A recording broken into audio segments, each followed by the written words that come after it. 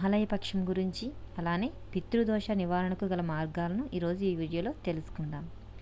భాద్రపద మాసంలో కృష్ణపక్షమును మహాలయ పక్షం అంటారు. మహాలయము అనగా గొప్ప వినాశము లేక మరణము అని అర్థం అన్నమాట.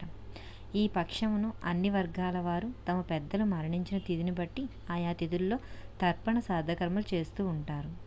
అందువల్ల దీన్ని పితృపక్షం అని కూడా పిలుస్తారు. ఉత్తరాయణము దేవతల కాలము గనక ఉత్తమ కాలమని, దక్షిణాయనము పితృకాలము గనక అశుభకాలమని మన పూర్వీకుల విశ్వాసం. ఈ మహాలయ పక్షంలో ప్రతి దినము కానీ లేదా ఒక్కనాడైనా కానీ శ్రాద్ధం చేయాలి. అట్లా చేసిన వారి పితరులు సంవత్సరం వరకు సంతృప్తులవుతారని స్కాంద పురాణం నాగరఖండమున ఉంది. మహాలయ పక్షం మహాలయ పక్ష ప్రారంభం శుద్ధ పూర్ణిమ పితృపక్షం మొదలయ్యే రోజు. ఇక్కడి నుండి వరుసగా 15 రోజులు పితృదేవతల పూజలకు ఉద్దేశించినవి. పితృదోషం అంటే ఒక శాపం. గత జన్మలో ఎవరైనా వృద్ధులకు కానీ తల్లిదండ్రులకు కానీ కష్టం కలిగించి ఉంటే, లేదా వ్యక్తికి తీవ్రమైన అనారోగ్య సమస్యలు కష్టాలు కలుగుతూ ఉంటే దానికి కారణం ఆ వ్యక్తి యొక్క తల్లిదండ్రులు లేదా పూర్వీకుల చేత చేయబడిన దోషాలు కారణమవుతాయి. పూర్వీకులు చేసిన కొన్ని దోషాల వలన వారి తర్వాతి తరం వారు కష్టాలు పాలవడం, పితృదోషాలకు గురి కావడం జరుగుతుంది.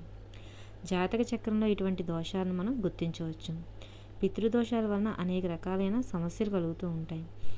మనం వీటిని ఎలా గుర్తించడం అంటే, మనం ముఖ్యమైన ఏమైనా పనులు స్టార్ట్ చేసినప్పుడు అవి ముందే ఆటంకాలు రావడం, వైఫల్యాలు ఎదుర్కోవడం, గౌరవ ప్రతిష్టలకు భంగం కలగడం, కుటుంబంలో స్త్రీకి చిన్న వయసులోనే వైధవ్యం ప్రాప్తించడం, కుటుంబంలోని వ్యక్తికి మానసిక స్థితి సమతుల్యత లేకుండా ఉండడం, ముఖ్యంగా సంతాన భాగ్యం లేకపోవడం, పుట్టిన సంతానం జీవించకపోవడం, సంతానం వల్ల తీవ్ర సమస్యలు, ఇటువంటి సమస్యలన్నీ ఉన్నప్పుడు పితృదోషాలు ఉన్నాయని మనం గుర్తించవచ్చు. అలానే ప్రతి మనిషి తన జీవితంలో పితృరుణం తీర్చాలి. దీనివలన పితరులు తృప్తి చెందుతారు, వారికి ముక్తి లభిస్తుంది. తమ సంతానం పితృరుణం తీర్చకపోతే వారికి ముక్తి లభించదు. మహాలయ పక్షం రోజుల్లో వారసులు వదిలే తర్పణాలు పితృదేవతలకు ఆకలి దప్పికలు తీరుస్తాయి. సంతృప్తి చెందిన పితృదేవతలు ఆశీర్వాదం వంశీకులు ఉన్నతికి కారణమవుతుంది. ఈ పక్షం రోజుల్లో ఇతర శుభకార్యాలేవి ఆరంభం చేయకూడదు. మహాలయ పక్షాలు అమావాస్య రోజున తర్పణ కార్యక్రమం చేశాక దేవతా పూజలకు శ్రీకారం చుట్టాలి. ఈ పక్షం రోజుల్లో శ్రాద్ధకర్మ నిర్వర్తించడం చేత పితరులకు తృప్తి కలుగుతుంది. భాద్రపద బహుళ పాడ్యమి నుండి అమావాస్య వరకు ఊర్ధ్వరశ్మి నుండి పితృప్రాణం భూమిపై వ్యాపించి ఉంటుంది. పితరులను ఉద్దేశించి వారి ఆత్మను తృప్తిపరచడానికి శ్రద్ధతో అర్పించేదే శ్రాద్ధం. ఆత్మ శరీరాన్ని వదిలి వెళ్ళాక దాని సూక్ష్మాతి సూక్ష్మ అంశం అటు ఇటు తిరుగుతూ ఉంటుంది. వారి వారి కర్మానుసారం ఫలం లభిస్తుంది. పితృరుణం నుండి ముక్తి పొందడం చాలా కష్టం. తల్లిదండ్రులు సంతానం కోసం ఎంత తప్పిస్తారో వెలకట్టడం సాధ్యం కాదు. పితృగణాల శ్రాద్ధకర్మ గౌరవప్రదంగా చేయటం సంతానం యొక్క తప్పనిసరి విధి. శ్రాద్ధకాలం ప్రారంభమైందని తెలియగానే పితృదేవతలు తమ తమ వారిని స్మరించుకుంటూ మనోమయ రూపంలో శ్రాద్ధాస్థలం చేరుకుంటారు. వారు బ్రాహ్మణులతో కూడా వాయు రూపంలో భోజనం స్వీకరిస్తారు. సూర్యుడు కన్యారాశిలో ప్రవేశించగానే పితరులు తమ పుత్ర పౌత్రుల దగ్గరకు వస్తారని చెప్పబడింది. మహాలయ పక్షంలో అమావాస్య నాడు వారు తమ సంతతి ద్వారం దగ్గరే నిలబడతారు. ఆ రోజు వారికి శ్రాద్ధకర్మ నిర్వర్తించకపోతే దీవెనకు బదులుగా శపించి వెళ్ళిపోతారట. నిజానికి ప్రతి మాసంలోనూ అమావాస్య పితరుల పుణ్యతిథిగా భావించబడిన మహాలయ అమావాస్యకు విశేష ప్రాముఖ్యత ఉంటుంది. ఈరోజు సమస్త పితృదేవతా విసర్జనం జరుగుతుంది. తమ పితరులు పుణ్యతిథి వివరాలు తెలియని వారు, పితృపక్షంలో ఆ తిథి నాడు ఏ కారణం చేతైనా శ్రాద్ధం పెట్టని వారు మహాలయ అమావాస్య నాడు శ్రాద్ధం దానం తర్పణం చేస్తారు. ఎవరూ శ్రాద్ధ విముఖులు కాకూడదు. శ్రాద్ధ మహిమను శాస్త్రాలు విస్తృతంగా పేర్కొన్నాయి. శ్రాద్ధం చేయటం వల్ల సంతానం ప్రాప్తిస్తుందని స్కాంద పురాణంలో చెప్పబడింది.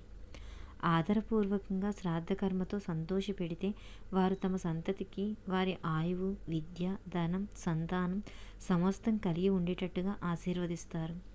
శ్రాద్ధకర్మలో నువ్వులు, గూఢ మిశ్రిత అన్నం సమర్పించిన దానం అక్షయం అవుతుంది. అన్ని దానాల్లోనూ అన్నదానం ప్రధానమైంది. అన్నదానం ఎప్పుడు చేసినా మంచి ఫలితాన్నే ఇస్తుంది.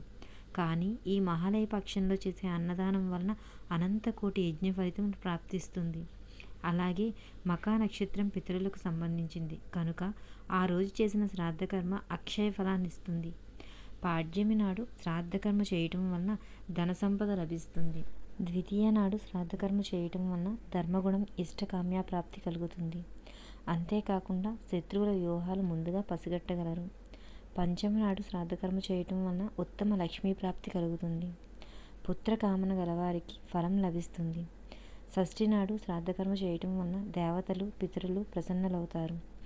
ఆ వ్యక్తికి సమాజంలో శ్రేష్ఠ గౌరవం లభిస్తుంది. సప్తమి నాడు శ్రాద్ధకర్మ వల్ల యజ్ఞము చేసిన పుణ్యఫలం లభిస్తుంది. అష్టమి నాడు చేయటం వలన సంపూర్ణ సమృద్ధి, ధనం, బుద్ధి ప్రాప్తిస్తాయి. నవమి నాడు శ్రాద్ధకర్మ చేస్తే విస్తారంగా సంపద, అనుకూలవతి అయిన భార్య లభిస్తుంది. దశమి నాడు శ్రాద్ధకర్మ చేస్తే లక్ష్మీప్రాప్తి, పశు సంపద వృద్ధి చెందుతుంది. ఏకాదశి నాడు శ్రాద్ధకర్మ చేస్తే సర్వశ్రేష్ఠ దానఫలం లభిస్తుంది. అన్ని పాపాలు నశిస్తాయి. వేదజ్ఞానం ప్రాప్తిస్తుంది. కుటుంబం వృద్ధి చెందుతుంది. ద్వాదశి నాడు చేస్తే దేశం అభివృద్ధి చెందుతుంది. శ్రాద్ధకర్తకు అన్నానికి లోటుండదు. అలాగే పుత్ర, పశు, మేధాబుద్ధి, జయ సంపత్తి కలుగుతుంది. త్రయోదశి నాడు శ్రాద్ధకర్మ చేస్తే ధనం, సంతతి, ఐశ్వర్యం, దీర్ఘాయువు, ఆరోగ్యం, బంధుమిత్రులతో గౌరవం లభిస్తాయి. చతుర్దశి నాడు శ్రాద్ధకర్మ చేస్తే ఆయుధాల నుండి రక్షణ లభిస్తుంది. అమావాస్య నాడు శ్రాద్ధకర్మ చేసే వ్యక్తికి సమస్త లాభాలు కలుగుతాయి. అన్ని కోరికలు నెరవేరుతాయి. ప్రతి సంవత్సరం చేసే శ్రాద్ధం కన్నా అతి ముఖ్యమైన శ్రాద్ధాలు ఈ మహాలయ పక్షంలో పెడితే చాలా మంచిది. మహాలయ పక్షం 15 రోజులు చేయలేని వారు కనీసం ఒక మహాలయమైనా చేసి తీరాలి. ఆర్థిక భారం వలన విద్యుక్తంగా శ్రాద్ధకర్మలు చేయలేకపోతే పితృపక్షంలో కేవలం శాకంతో శ్రాద్ధం చేయవచ్చు. అది కూడా వీలు లేకపోతే గోవుకు గ్రాసం పెట్టవచ్చు. అది చేయలేని వారు ఒక నిర్జల ప్రదేశంలో నిలుచొని అపరాహ్న సమయంలో అంటే మధ్యాహ్న సమయంలో 2 చేతులు ఆకాశం వైపుకు పైకి ఎత్తి పితృదేవతలకు నమస్కరించవచ్చు. శ్రాద్ధకర్మల చేత పితృదేవతలకు సంతృప్తి కలిగించిన వ్యక్తికి భౌతికంగా సుఖ సంతోషాలు, పరలోకంలో ఉత్తమ గతులు లభిస్తాయని శాస్త్రాల ద్వారా తెలుస్తోంది. ఈ విధంగా మహాలయ పక్షాలలో తప్పకుండా శ్రాద్ధకర్మలు నిర్వర్తించండి. పితృదేవతల ఆశీర్వాదం తప్పక కలుగుతుంది. ఇదండి, తెలుసుకున్నారుగా మహాలయ పక్షాల గురించి, అలానే పితృదోషాలకు నివారణ మార్గం. ఈ వీడియో కనుక మీకు నచ్చినట్లయితే ప్లీజ్ లైక్ చేయండి,